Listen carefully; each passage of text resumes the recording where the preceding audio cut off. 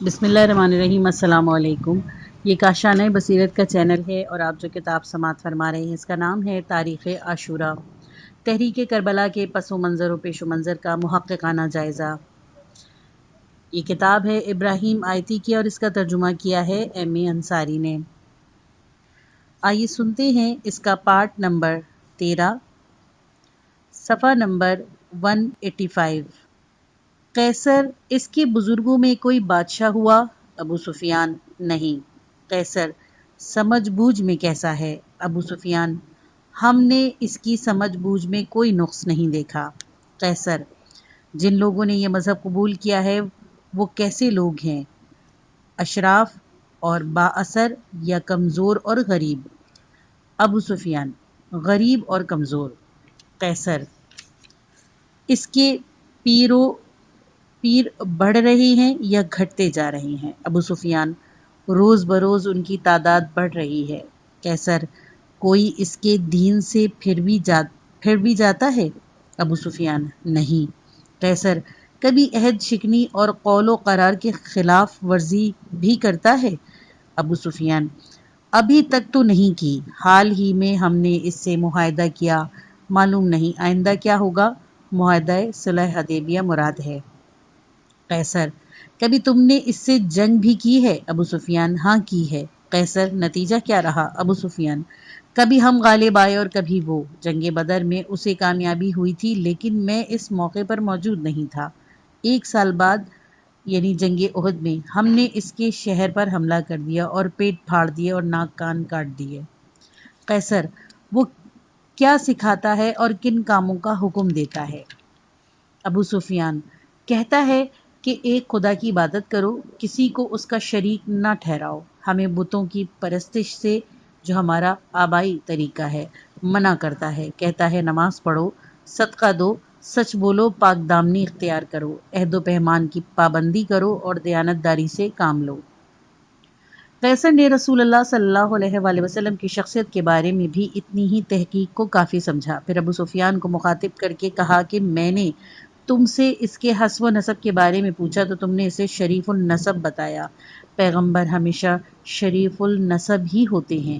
میں نے تم سے پوچھا کہ کیا اس کے خاندان میں پہلے کبھی کسی نے نبوت کا دعویٰ کیا تو تم نے کہا کہ نہیں۔ اگر تمہارے خاندان میں کسی نے پہلے بھی دعویٰ کیا ہوتا تو میں یہ سمجھتا کہ یہ اسی کی تقلید کر رہا ہے۔ پھر میں نے پوچھا کہ نبوت کا دعویٰ کرنے سے پہلے یہ جھوٹ تو نہیں بولتا تھا؟ تم نے خود اعتراف کیا کہ ایسی کوئی بات نہیں۔ میں نے سمجھ لیا جو لوگوں سے جھوٹ نہیں بولتا تو وہ خدا پر بہتان کیوں باندھے گا؟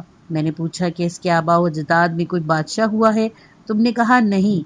اگر اس کے بڑوں میں کوئی بادشاہ ہوا ہوتا تو میں یہ سمجھتا کہ یہ بھی بادشاہت کی ہوس میں اٹھا ہے۔ پھر میں نے پوچھا کہ آیا اشراف اور طاقتور اس کے پیروکار ہیں یا کمزور اور غریب؟ تم نے کہا زیادہ تر غریب اور کمزور۔ پیغمبروں کے پیروکار ہمیشہ غریب ہی ہوا کرتے ہیں، یعنی پسماندہ طبقوں سے تعلق رکھنے والے وہ لوگ جنہیں مستضعفین کہا جاتا ہے۔ ان کے برخلاف جو لوگ موجودہ نظام کے تحت ہر جائز اور ناجائز طریقے سے دولت کما رہے ہوتے ہیں وہ ہر آس انقلاب کی مخالفت کرتے ہیں جس سے موجودہ صورتحال بدل جائے۔ پھر قیصر نے کہا کہ اس کے بعد میں نے تم سے پوچھا کہ اس کے پیرو بڑھ رہے ہیں یا گھٹ رہے ہیں؟ تم نے کہا روز بروز بڑھ رہے ہیں۔ سچے مذہب کا یہی حال ہوتا ہے کہ اس کے ماننے والوں کی تعداد میں اضافہ ہی ہوتا جاتا ہے۔ میں نے تم سے پوچھا کہ کیا کوئی دین اسلام کو برا سمجھ کر چھوڑ بھی دیتا ہے؟ تم نے کہا کہ ایسا کوئی واقعہ پیش نہیں آیا۔ ایمان کا یہی حال ہے، جب ایمان دل میں گھر کر لیتا ہے تو پھر آدمی اس سے کبھی بددل نہیں ہوتا۔ پھر میں نے پوچھا کہ کیا تمہارے اور اس کے درمیان کبھی کوئی جنگ ہوئی؟ تم نے کہا ہاں ہوئی ہے، اور کبھی تم غالب آئے اور کبھی وہ۔ پیغمبران خدا کا یہی حال ہے، کبھی انہیں تکلیف بھی اٹھانی پڑتی ہے لیکن انجام کا فتح اور کامیابی انہیں ہی حاصل ہوتی ہے۔ پھر میں نے پوچھا کہ وہ تمہیں کن کاموں کا حکم دیتا ہے؟ تم نے کہا نماز پڑھنے، صدقہ دینے اور پارسائی، پاک دامنی، ایفائے عہد اور دیانت داری کا حکم دیتا ہے۔ تم نے خود اعتراف کیا کہ وہ خود بھی مکار اور دھوکے باز نہیں ہے۔ پیغمبر کی یہی شان ہوتی ہے کہ وہ مکار اور دھوکے باز نہیں ہوتے۔ مجھے اس سے سوال و جواب سے یقین ہو گیا کہ وہ واقعی سچا پیغمبر صلی اللہ علیہ وآلہ وسلم ہے۔ یہ ایک مثال تھی جس سے معلوم ہوتا ہے کہ کس طرح دشمن بھی کسی شخصیت کے سامنے مجبور ہو جاتا ہے اور حقائق میں پھیر بدل کی جرت نہیں کر سکتا۔ کلمات امیر المومنین علیہ السلام۔ امیر المومنین علیہ السلام کی جو اقوال سید رضی رضوان اللہ علیہ نے نہج البلاغہ میں جمع کیے ہیں، ان میں سے حسن اخلاق اور حسن سلوک کے بارے میں ایک قول ہے۔ امیر المومنین علیہ السلام نے فرمایا، یعنی لوگوں سے اس طرح سے پیش آؤ کہ اگر تم مر جاؤ تو تم پر وہ روئیں اور اگر زندہ رہو تو تمہاری طرف جھکیں۔ یعنی لوگوں کے ساتھ تمہارا سلوک ایسا ہونا چاہیے کہ تمہاری موت پر انہیں صدمہ ہو اور وہ آنسو بہائیں، اور جب تک تم زندہ رہو تو تم پر فریفتہ رہیں۔ مطلب یہ کہ آدمی حسن اخلاق سے لوگوں کے دل جیت سکتا ہے، صرف نیکی اور حسن سلوک سے ہی نہیں، لوگوں کے دلوں کو تسخیر کیا جا سکتا۔ امیر المومنین علیہ السلام کی اس نصیحت پر ان کے فرزندان دلبند امام حسین علیہ السلام سے زیادہ کون عمل پیرا ہو سکتا ہے، اور آپ سے بڑھ کر کون اپنی زندگی میں اپنی شہادت کے بعد لوگوں کو اپنا والا و شیدہ بنا سکتا تھا۔ محرم 61 ہجری میں سرزمین عراق پر دریائے فرات کے کنارے ایک ایسا واقعہ پیش آیا جس میں متعدد بزرگ اور مقدس ہستیوں نے جام شہادت نوش کیا۔ اس وقت بہت سے کم لوگ اسے ایک عام تاریخی حادثہ سمجھتے تھے، اور شاید ان کا خیال تھا کہ تاریخ کے دوسرے سینکڑوں قدیم فرسودہ حوادث کی طرح یہ بھی چند سال میں تاریخوں کی کتابوں کے کسی گوشے میں دفن ہو جائے گا اور اس کی وقت ایک قصہ پارینہ سے زیادہ نہیں رہے گی۔ لیکن انہیں یہ نہیں معلوم تھا کہ امام حسین علیہ السلام کی شخصیت زندہ و پابندہ ہے۔ ان کی تحریک تاریخ عالم کا ایسا زندہ و جاوید واقعہ ہے کہ کہنگی و فرسودگی کبھی اس تک راہ نہ پا سکے گی۔ شاید اس وقت اکثر لوگوں کا یہی خیال تھا کہ جیت قاتلان حسین علیہ السلام کی ہوئی ہے، اور صرف شہیدوں ہی کا قصہ تمام نہیں ہوا بلکہ آئندہ بھی کسی کو بنی امیہ کے مخالفت کی جرت نہیں ہوگی، اور آئندہ تاریخ اسلام میں امام علی علیہ السلام اور ان کی اولاد کا نام عزت و احترام سے نہیں لیا جائے گا۔ وقت گزرنے کے ساتھ ساتھ شہید کربلا اور ان کے اصحاب باوفا کی شہادت کا زخم بھر جائے گا، اور دوسرے مصائب کی طرح یہ بھی مصیبت بھلا دی جائے گی۔ لیکن تاریخ نے ثابت کر دیا کہ وہ لوگ غلطی پر تھے جو 61 ہجری کے عاشورے کے واقعے کو محض معمولی اور سیاسی معرکہ سمجھ بیٹھے۔ ان کی نظریں مقصد کی اس بلندی تک نہیں پہنچ رہی تھیں جو امام علیہ السلام کے پیش نظر تھا، اسی لیے وہ واقعے کی روح کو نہیں پا سکتے تھے۔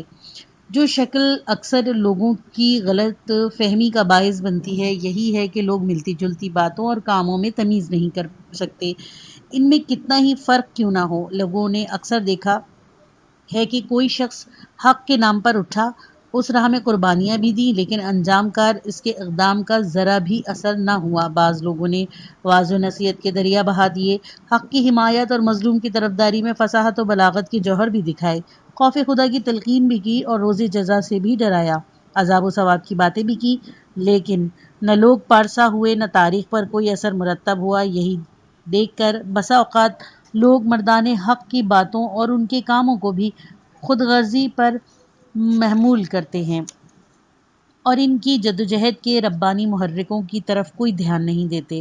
وہ ان لوگوں کو جن کا ہر قول و عمل صرف خدا کے لیے ہے انہی جیسا سمجھ بیٹھتے ہیں، جو ذاتی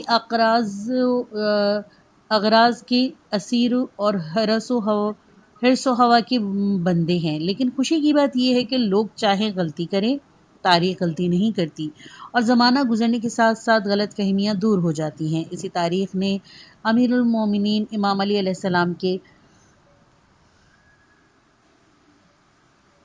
مختصر فقروں کو بہترین مذہبی اور دینی نصیحتوں کا درجہ دیا۔ بہت سے دوسرے خلفاء کی بے روح طولانی تقریروں کو نظر انداز کر دیا۔ ہم یہاں بطور نمونہ خلفاء بنی عباس میں سے منصور دوانقی کے ان نصیحتوں کا تذکرہ کرتے ہیں جو اس نے اپنے بیٹے مہدی عباسی کے لیے لکھی تھی۔ مشہور مورخ ابن واضح یعقوبی نے انہیں اس طرح نقل کیا ہے۔ منصور دوانقی کا وصیت نامہ۔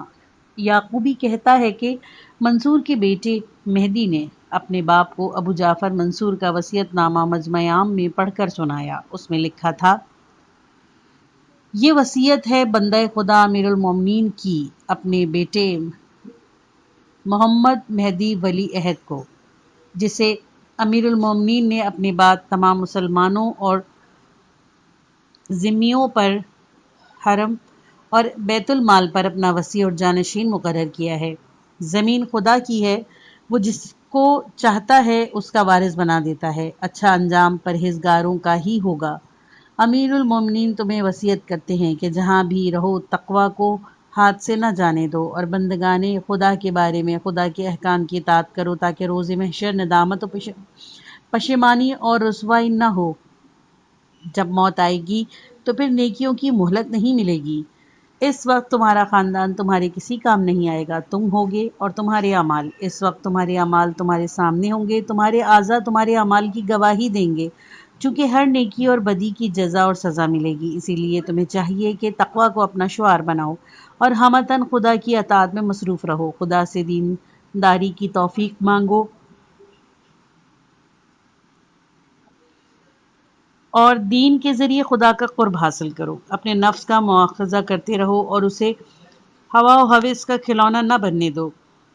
کسی برائی پر ضد مت کرو کیونکہ تمہارے اوپر بڑی ذمہ داری ہے۔ تمہیں گناہ بھی اوروں سے زیادہ ہوگا اور جواب دہی بھی زیادہ کرنی ہوگی، چونکہ خدا نے تمہیں رعیت کا سرپرست بنایا ہے اور چھوٹے سے چھوٹے معاملے کا فیصلہ تمہارے ہاتھ میں دے دیا ہے۔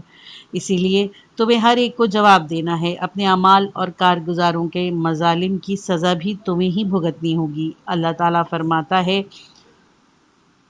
تو بھی مر جائے گا اور دوسرے بھی مر جائیں گے اور پھر سب تیرے پروردگار کے سامنے جھگڑیں گے۔ میں گویا دیکھ رہا ہوں کہ تم سے خدا قہار کے سامنے سوال و جواب ہو رہا ہے۔ دوستوں نے تمہارا ساتھ چھوڑ دیا ہے، تمہارے حامیوں نے تمہیں تمہاری قسمت کے حوالے کر دیا، تمہاری لرزشیں اور گناہ تمہارے گلوگیر ہیں۔ خوف سے تم پر لرزہ طاری ہے اور بے بسی سے تمہارے ہاتھ پاؤں پھول گئے ہیں۔ تم سب چوکڑی بھول گئے ہو، کوئی تدبیر نہیں بن آتی۔ لوگ تم سے اپنا حق مانگ رہے ہیں، بدلہ لے رہے ہیں۔ اس دن کیا ہوگا جب ہر طرف خوف و ہراس طاری ہوگا اور آنکھیں خیرہ ہوں گی۔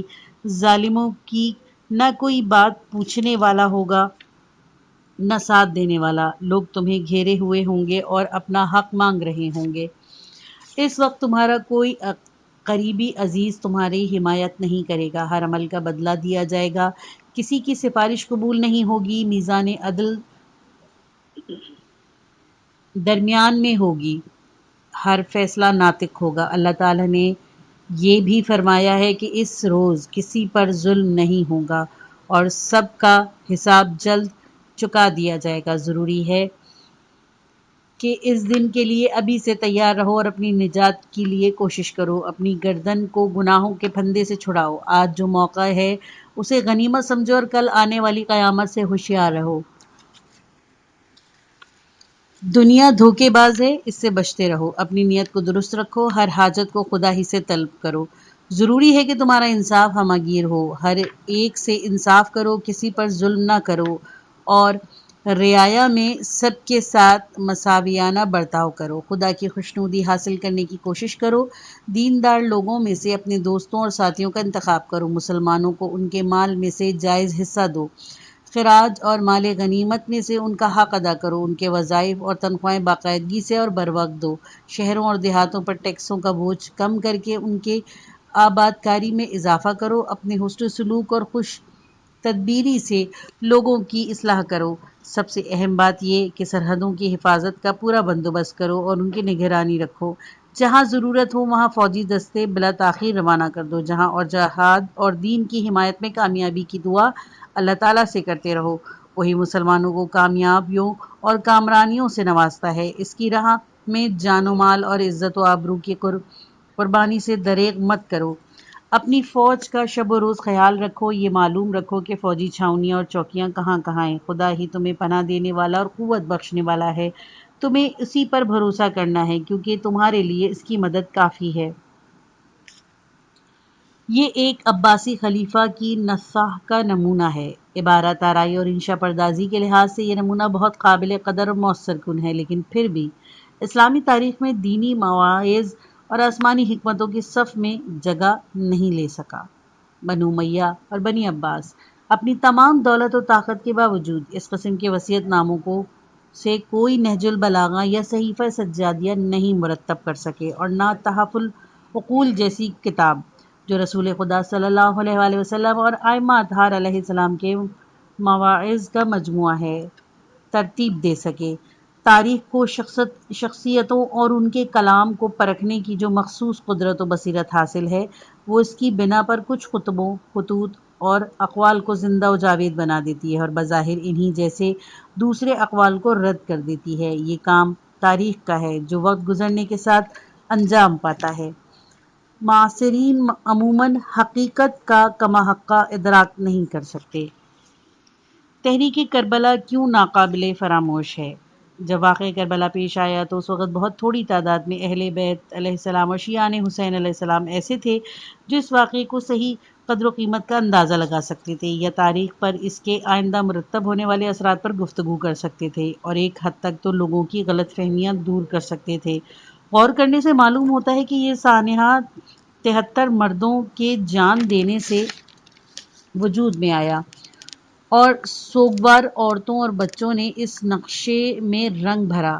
ہم آئندہ صفحات میں بیان کریں گے کہ کس طرح اہل بیت علیہ السلام کے فصیح و بلیغ اور دلیر مقرروں نے لوگوں کے سینوں میں تلاطم برپا کر دیا، ان کے دل دہلا دینے والے غلط فہمیوں کے پردے چاک کر دیے، لوگوں کی سوچ بدل دی، انہیں اس واقعے کی قدر و قیمت کی جانب توجہ دلائی، اور دشمن کے ہاتھ سے صورت واقعہ اور اس کی تاریخ کی حیثیت میں عدل بدل کا موقع چھین لیا۔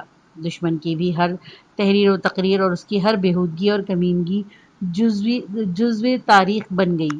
تاریخ میں جو واقعات عاشورہ کی واضح اور صاف تصویر نظر آتی ہے، اس کی اصل وجہ وہ خطبے ہیں جو امام حسین علیہ السلام نے مسجد الحرام میں، حجاز اور عراق کے راستے میں اور عاشورے کے دن دیے۔ دوسرے شہدائے عاشورہ امام سجاد علیہ السلام اور دیگر اسیران اہل بیت کے خطبوں نے اس تصویر کو مزید مکمل اور واضح کر دیا، لیکن جب یہ زندہ و جاوید خطبے دیے گئے تھے تو اس وقت بہت ہی کم لوگوں کا دھیان ان کی قدر و قیمت اور تاثیر کی طرف گیا ہوگا۔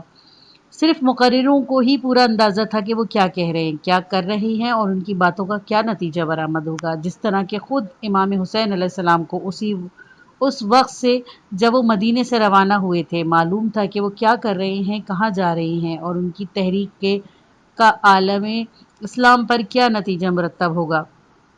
اسی طرح ان کے شیعہ اور اسیران اہل بیت علیہ السلام بھی اعلیٰ درجے اور بصیرت رکھتے تھے کہ کب کہاں بات کرنے کی ضرورت ہے، اور پھر اس کے باوجود ان کے دل بجھے ہوئے تھے، ان پر غموں کے پہاڑ ٹوٹ پڑے تھے، خوب داد سخن دیتے تھے، حقائق پر سے یوں پردہ اٹھاتے رہے کہ دشمنوں کے لیے تاریخ میں تحریف کی راہ ہی بند کر دی۔ لیکن جیسا کہ ہم کہہ چکے ہیں کہ بیشتر لوگوں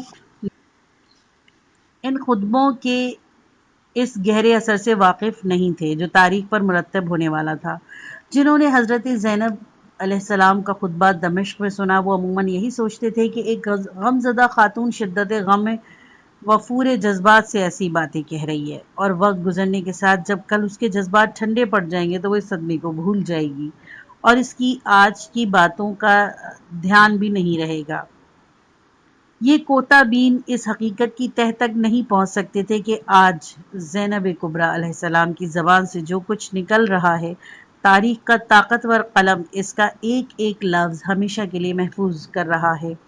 تاریخ کے قلم نے صرف وہی کچھ محفوظ نہیں کیا جو دختر امیر المومنین علیہ السلام نے کہا تھا، بلکہ ساتھ ہی خلیفہ وقت کے اشعار بھی محفوظ کر لیے جو تاریخ کے صفحات پر ہمیشہ کے لیے ثبت ہو گئے۔ حیرت ہے کہ اگر دشمنان اہل بیت علیہ السلام کو خدا سے خوف اور رسول خدا صلی اللہ علیہ وآلہ وسلم سے حیا نہیں آتی تھی تو یہ خیال تو آنا چاہیے تھا کہ وہ جو کچھ کہہ رہے ہیں اور جو کچھ کر رہے ہیں یہ سب تاریخ میں لکھا جائے گا، کتابوں میں درج ہو جائے گا اور دنیا کے کتب خانوں میں محفوظ رہے گا۔ امام سجاد علیہ السلام یا زینب کبریٰ علیہ السلام کے کسی خطبے کو نابود کرنے کی اس کے سوا کوئی صورت نہیں کہ دنیا کے تمام کتب خانوں کو تباہ کر دیا جائے۔ تاریخ اگلوں اور پچھلوں کا نامہ اعمال ہے۔ تاریخ ایک ایسا آئینہ ہے جس میں ہر شخص کا چہرہ جیسا تھا ویسا ہی نظر آتا ہے۔ افراد فنا ہوتے رہتے ہیں، قومیں بدلتی رہتی ہیں، لیکن تاریخ اپنی جگہ قائم ہے اور کمال ہوشیاری سے افراد کی نیکی یا بدی اور قوموں کے عروج و زوال کی نگرانی کرتی ہے۔ تاریخ حساب کتاب میں غلطی نہیں کرتی اور ایک گناہ کا بوجھ دوسرے کی گردن پر نہیں ڈالتی۔ بہت سے لوگ شاید یہ سمجھتے ہیں کہ زمانہ تاریخی حقائق پر پردہ ڈال دیتا ہے، لیکن حقیقت یہ ہے کہ وقت گزرنے کے ساتھ ساتھ حقائق کا انکشاف ہو جاتا ہے۔ معاصرین کو حقیقت کے سمجھنے میں جو دقتیں ہوتی ہیں وہ دور ہو جاتی ہیں اور بعد میں آنے والے معاصرین کے مقابلے میں تاریخی حقائق سے بہتر واقفیت حاصل کر سکتے ہیں۔ وقت تحقیق کی راہ میں رکاوٹ نہیں بنتا بلکہ رکاوٹوں کو دور کرتا ہے۔ بے غرض محققین کے لیے تحقیق کی راہ آسان اور روشن بناتا ہے۔ آج ہمارے لیے واقعات عاشورہ کی تحقیق 1300 سال پیشتر کی نسبت زیادہ آسان ہے۔ ہمارے سامنے وہ مشکلات نہیں جو ان لوگوں کے سامنے تھیں جو 61 ہجری میں موجود تھے، اور آئندہ بھی کتنی ہی صدیاں بیتی اور کتنے ہی جگ پلٹیں، اس واقعے کی تحقیق کی راہ میں کوئی رکاوٹ نہیں ہوگی۔ تحریک کربلا کی گرامی قدر خواتین، جیسے کہ ہم بیان کر چکے ہیں کہ تاریخ عاشورہ 73 افراد کی بدولت وجود میں آئی۔ اس واقعے کی سربراہی انہی لوگوں کے ہاتھ میں تھی، لیکن یہ بھی نہیں بھولنا چاہیے کہ اس قابل قدر اور زندہ و جاوید کارنامے میں متعدد بزرگ خواتین نے بھی نمایاں حصہ لیا ہے اور قربانی دی ہے، یہاں تک کہ بعض شہید بھی ہوئیں۔ ان کا نام ہمیشہ عزت و احترام سے لیا جاتا رہے گا۔ ہم ان خواتین کا نام اور کام کا تذکرہ تاریخی ترتیب کے لحاظ سے کرتے ہیں۔ پہلی قابل صدر احترام خاتون زہیر بن قیس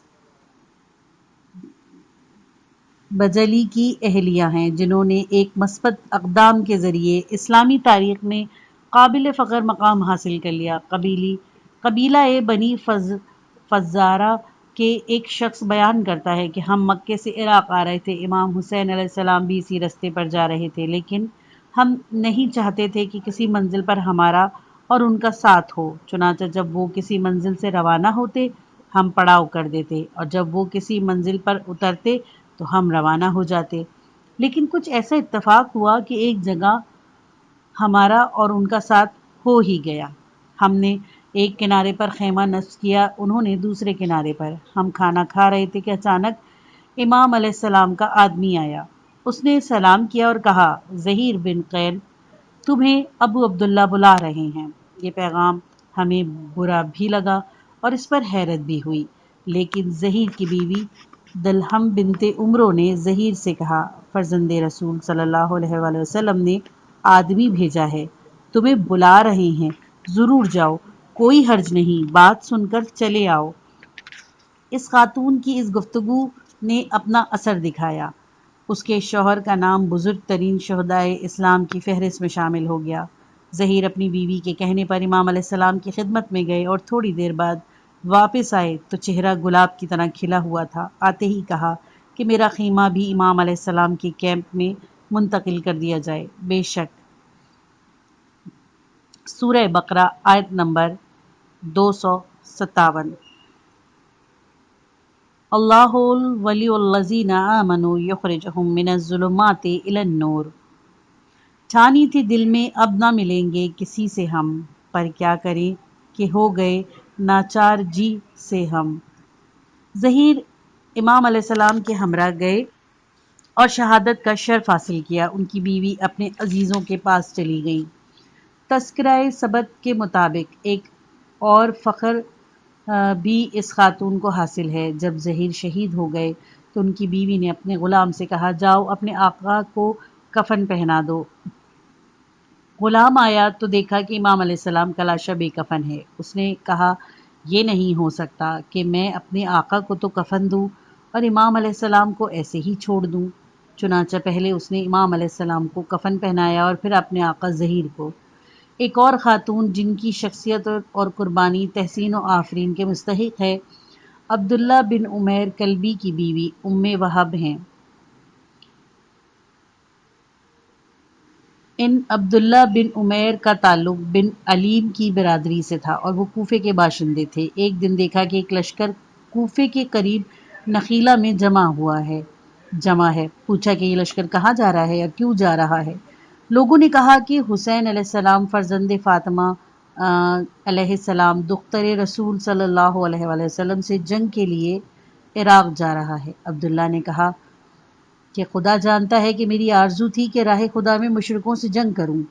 اب میرا خیال ہے کہ ان لوگوں سے لڑنا جو دختر زادہ رسول صلی اللہ علیہ وآلہ وسلم کو قتل کرنے کے ارادے سے جا رہے ہیں، کچھ کم ثواب کی بات نہیں۔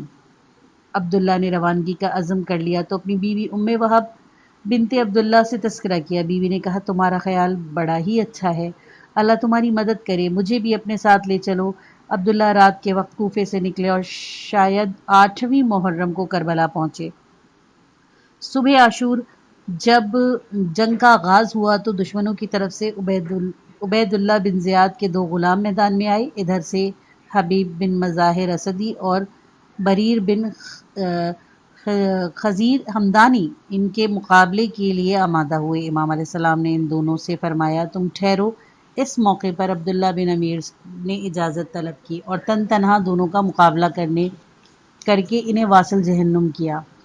عبداللہ کی زوجہ اپنے شوہر کی اس دلاوری کو دیکھ کر خود بھی خیمے کے ایک چوب لیے میدان میں نکل آئیں اور اپنے عالی ہمت شوہر نامدار کو خطاب کر کے کہنے لگی کہ میرے ماں باپ تم پر قربان ہوں، رسول خدا صلی اللہ علیہ وآلہ وسلم کے فرزندان پاک کے لیے جانثاری کا یہی وقت ہے۔ اس باہمت خاتون کے جوش اور حوصلے کو دیکھ کر امام علیہ السلام نے فرمایا جزاک اللہ، مگر تم خواتین کے خیمے میں واپس جاؤ اور وہیں رہو، عورتوں پر جہاد نہیں ہے۔ عبداللہ دوسرے شخص تھے جو روز عاشور شہید ہوئے۔ شہید اول مسلم بن اوسجہ علیہ السلام تھے۔ ایک اور قابل فخر خاتون جن کا نامی واقعات عاشورہ کے ضمن میں آیا ہے، امام علیہ السلام کی زوجہ محترمہ رباب بنت امرا القیس ہیں۔ امام علیہ السلام کی صرف یہی زوجہ سفر کربلا میں ان کے ہمراہ تھی۔ امام سجاد علیہ السلام کی والدہ شہر بانو جو ایران کے آخری ساسانی بادشاہ یزگرد کی بیٹی تھی، تقریباً 24 سال قبل وفات پا چکی تھی۔ علی اکبر کی والدہ لیلہ بنت ابی مروہ بن عروہ بن مسعودہ ثقفی کا نام بھی واقعات کربلا کے ضمن میں کہیں نہیں آیا۔ معلوم نہیں یہ اس وقت زندہ تھیں یا نہیں۔ جعفر بن حسین علیہ السلام کی والدہ کا تعلق قبیلہ قزاعہ سے تھا، ان کا بھی ان واقعات کے سلسلے میں نام نہیں۔ فاطمہ بنت حسین علیہ السلام کی والدہ ام اسحاق بنت طلحہ بن عبید اللہ تیمی کا بھی تذکرہ نہیں، البتہ فاطمہ خود کربلا میں موجود تھیں اور کوفہ و شام بھی گئی تھیں۔ امام علیہ السلام کی ازواج میں صرف رباب بنت امرا القیس کا کلبی اس سفر میں امام علیہ السلام کی ہمراہ تھیں۔ ان کے والد امرا القیس عیسائی تھے۔ زمانہ خلافت عمر میں خلیفہ کے پاس آ کر اسلام لائے۔ اس روز خلیفہ نے انہیں قبیلہ قزاعہ کا امیر مقرر کر دیا تھا۔ اسلام اور امارات کے بعد ان کی ایک اور عزت افزائی اس طرح ہوئی کہ ان کی 3 بیٹیاں تھیں۔ انہوں نے بڑی بیٹی کا نکاح امام علی علیہ السلام سے، منجلی کا امام حسن علیہ السلام سے اور چھوٹی کا امام حسین علیہ السلام سے کر دیا۔ اس طرح تینوں اماموں کے سسر ہو گئے۔ رباب سے امام حسین علیہ السلام کے ایک لڑکی تھی سکینہ اور ایک لڑکا تھا عبداللہ۔ لڑکا جو طفل شیر و خوار تھا روز عاشورہ شہید ہوا۔ یہ خود اپنی بیٹی سکینہ کے ساتھ قید میں چلی گئیں، مگر خاص روز عاشورہ کے واقعات میں ان کا نام نہیں آیا۔ چوتھی وہ خاتون ہیں جن کا نام ان واقعات کے سلسلے میں لیا جاتا ہے جو روز عاشورہ ظہر کے بعد پیش آئے۔ انسانیہ کے صحیح خد و خال اجاگر کرنے میں ان کا بھی حصہ ہے۔ یہ قبیلہ بکر بن وائل کی ایک خاتون تھی۔ انہوں نے ایک مختصر بات کہہ کر تاریخ میں دشمن کی کمینگی کا ایک حساس رخ کی تصویر کھینچ دی۔ ان کا شوہر ابن سعد کے لشکر کے ساتھ آیا تھا۔ جس وقت انہوں نے دیکھا کہ کوفے کے لشکری امام علیہ السلام کی خیمہ گاہ میں گھس پڑے اور خواتین کے کپڑے تک لوٹ رہے ہیں تو انہوں نے بآواز بلند کہا، اے آل بکر بن وائل، کیا تم زندہ ہو؟ دیکھو یہ لوگ دختران رسول صلی اللہ علیہ وآلہ وسلم کے خیمے لوٹ رہے ہیں، آؤ اور خون کا بدلہ لے لو۔ اس خاتون نے یہ مختصر بات کہہ کر واضح کر دیا کہ دشمن کی کمینگی میں کہاں تک پہنچ گیا ہے۔ ایسا محسوس ہوتا ہے گویا یہ خاتون آج بھی ابو عبداللہ کی خیمہ گاہ کے دروازے پر فریاد کناں ہے اور ان کی فریاد کی بازگشت قیامت تک گونجتی رہے گی۔ یہ پارٹ ختم ہوا۔ کتاب کا بقیہ حصہ نیکسٹ پارٹ میں سنیے۔